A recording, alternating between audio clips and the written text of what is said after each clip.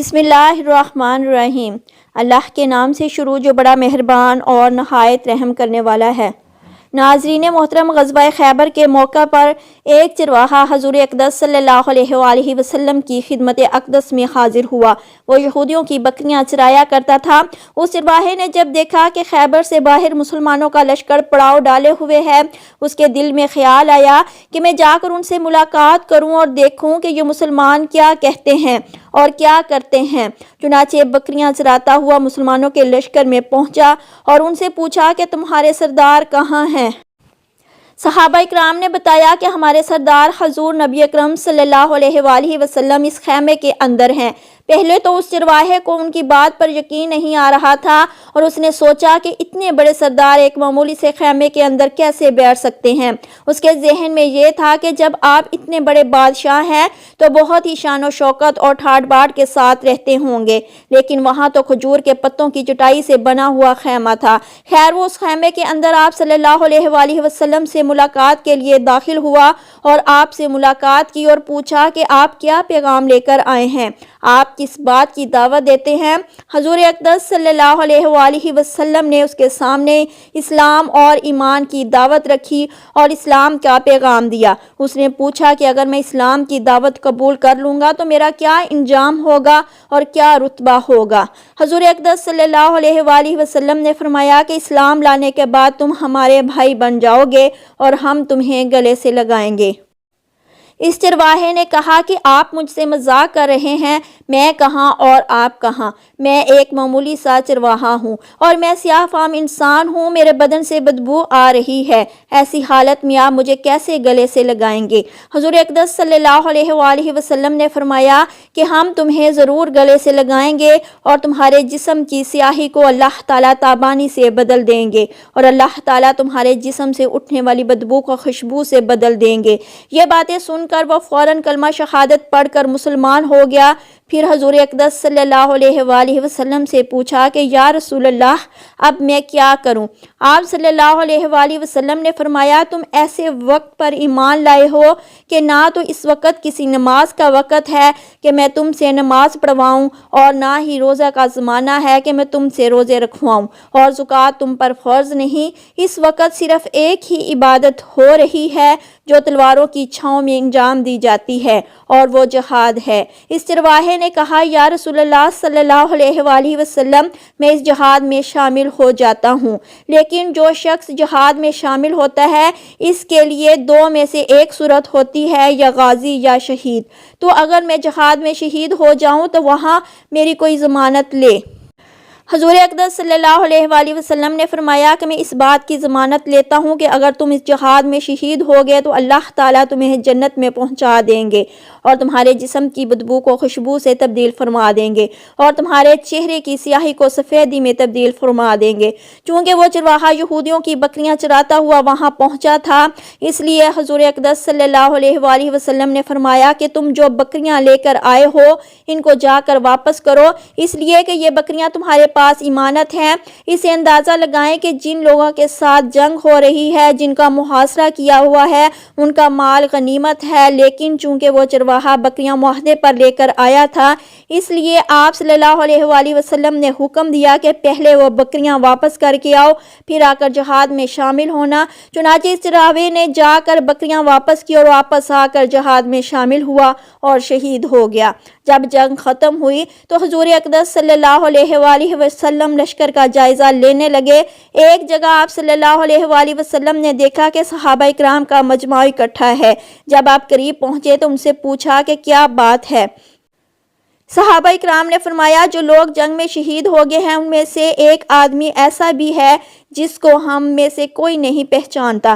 جب آپ صلی اللہ علیہ وآلہ وسلم نے دیکھا تو فرمایا کہ تم اس شخص کو نہیں پہچانتے، مگر میں اس شخص کو پہچانتا ہوں، یہ چرواہا ہے اور یہ وہ عجیب و غریب بندہ ہے جس نے اللہ کی راہ میں ایک بھی سجدہ نہیں کیا، اور میں اس بات کی گواہی دیتا ہوں کہ اللہ تعالیٰ نے سیدھا اس کو جنت الفردوس میں پہنچا دیا ہے، اور میری آنکھیں دیکھ رہی ہیں کہ ملائکہ اس کو غسل دے رہے ہیں، اور اس کی سیاہی سفیدی میں تبدیل ہو گئی ہے، اور اس کی بدبو خوشبو سے تبدیل ہو گئی ہے۔ ناظرین، اندازہ کریں اور دیکھیں، اگر کچھ عرصہ پہلے اس چرواہے کو موت آ جاتی تو سیدھا جہنم میں چلا جاتا، اور اب اس حالت میں موت آئی کہ ایمان لا چکا ہے اور سرکار دو عالم صلی اللہ علیہ وآلہ وسلم کا غلام بن چکا ہے۔ نماز کے لغوی معنی دعا کے ہیں۔ قرآن میں فرمان اللہ ہے، اے پیغمبر، ان لوگوں کے اموال میں سے صدقہ وصول کر لو جس کے ذریعے تم انہیں پاک کر دو گے اور ان کے لیے باعث برکت بنو گے، اور ان کے لیے دعا کرو، یقیناً تمہاری دعا ان کے لیے سراپائے تسکین ہے، اور اللہ ہر بات سنتا اور سب کچھ جانتا ہے۔ جبکہ فرمان نبوی ہے، ترجمہ: جب تم میں سے کسی کو دعوت دی جائے تو وہ اسے قبول کر لے، پھر اگر وہ روزے سے ہو تو دعا کر دے، اگر روزے سے نہ ہو تو کھانا کھا لے۔ ہشام بن حکم نے جعفر صادق سے سوال کیا، نماز کا کیا فلسفہ ہے کہ لوگوں کو کاروبار سے روک دیا جائے اور ان کے لیے زحمت کا سبب بنے؟ انہوں نے اس کے جواب میں فرمایا، نماز کے بہت سے فلسفے ہیں، انہی میں سے ایک یہ بھی ہے کہ پہلے لوگ آزاد تھے اور خدا اور رسول کی یاد سے غافل تھے، اور ان کے درمیان صرف قرآن تھا۔ امت مسلمہ بھی گزشتہ امتوں کی طرح تھی، کیونکہ انہوں نے صرف دین کو اختیار کر رکھا تھا اور کتاب اور انبیاء کو چھوڑ رکھا تھا، اور ان کو قتل تک کر دیتے تھے۔ نتیجہ میں ان کا دین پرانا بے روح ہو گیا، اور ان لوگوں کو جہاں جانا چاہیے تھا چلے گئے۔ خداوند عالم نے ارادہ کیا کہ یہ امت دین کو فراموش نہ کرے، لہٰذا اس امت مسلمہ کے اوپر نماز کو واجب قرار دیا گیا کہ ہر روز 5 بار ان حضرت صلی اللہ علیہ وآلہ وسلم کو یاد کریں اور ان کا اسم گرامی زبان پر لائیں، اور اس نماز کے ذریعے خدا کو یاد کریں تاکہ اس سے غافل نہ ہوں اور اس خدا کو ترک نہ کر دیا جائے۔ نماز سبب بنتی ہے کہ انسان ہمیشہ خدا کی یاد میں رہے اور اسے بھولے نہیں، نافرمانی اور سرکشی نہ کرے، خشوع و خضوع اور رغبت اور شوق کے ساتھ اپنے دنیاوی اور اخروی حصہ میں اضافے کا طلبگار ہو۔ اس کے علاوہ انسان نماز کے ذریعے ہمیشہ اور ہر وقت خدا کی بارگاہ میں حاضر رہے اور اس کی یاد سے سرشار رہے۔ نماز گناہوں سے روکتی اور مختلف برائیوں سے منع کرتی ہے۔ سجدہ کا فلسفہ غرور و تکبر، خود خواہی اور سرکشی کو خود سے دور کرنا اور خدائے وحدہ لا شریک کی یاد میں رہنا اور گناہوں سے دور رہنا ہے۔ آپ کی امت میں سے ہر اس شخص کے کبیرہ گناہوں کی بخشش ہے جس نے اللہ کے ساتھ شرک نہ کیا ہوگا۔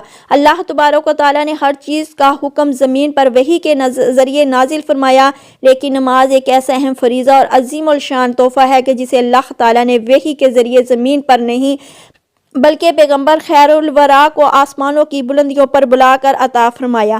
اس واقعہ سے نماز کی اہمیت و عظمت ظاہر ہوتی ہے۔ دین اسلام کے 5 اراکین میں سے نماز ایک اہم رکن ہے۔ نماز کو آنکھوں کی ٹھنڈک قرار دیا گیا۔ نماز مومن بندے اور کافر میں تمیز کرنے والی کسوٹی ہے۔ نماز سے دلوں کو سکون و قرار حاصل ہوتا ہے۔ نماز قرب الہی کا بہت بڑا ذریعہ ہے۔ قیامت کے دن سب سے پہلا پرچہ اور لازمی سوال نماز کا ہوگا۔ اس پیپر میں کامیاب تمام امتحانی پرچوں میں کامیاب قرار پائے گا اور اس میں ناکامی پر عذاب الہی کا موجب بنے گا۔ آپ جب واپس آتے ہوئے جناب حضرت موسیٰ کلیم اللہ کے پاس سے گزرنے لگے تو انہوں نے پوچھا کہ اللہ تعالیٰ نے آپ کو کیا حکم دیا ہے؟ آپ صلی اللہ علیہ وآلہ وسلم نے کہا کہ اللہ تعالیٰ نے میری امت پر ہر دن اور رات میں 50 نمازیں فرض کی ہیں۔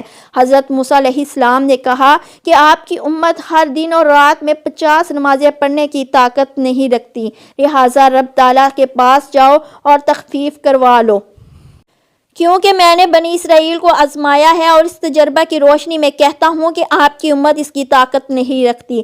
نبی کریم صلی اللہ علیہ وآلہ وسلم فرماتے ہیں کہ میں دوبارہ سدرۃ المنتہا کے پاس گیا اور اللہ تعالیٰ سے نمازیں کم کرنے کی درخواست کی تو رب العالمین نے 5 نمازیں کم کر دیں۔ پھر حضرت موسیٰ علیہ السلام کے پاس سے گزر ہوا تو انہوں نے کہا کہ یہ بھی زیادہ ہیں اور کم کروا لو۔ رسول اللہ صلی اللہ علیہ وآلہ وسلم فرماتے ہیں کہ میں بار بار تخفیف کی گزارش کرتا رہا، آخرکار اللہ تعالیٰ نے فرمایا آپ کی امت 5 نمازیں پڑھا کرے تو میں اجر 10 کا دوں گا اور ایک نیکی کا اجر ہمارے ہاں 10 گنا ہے۔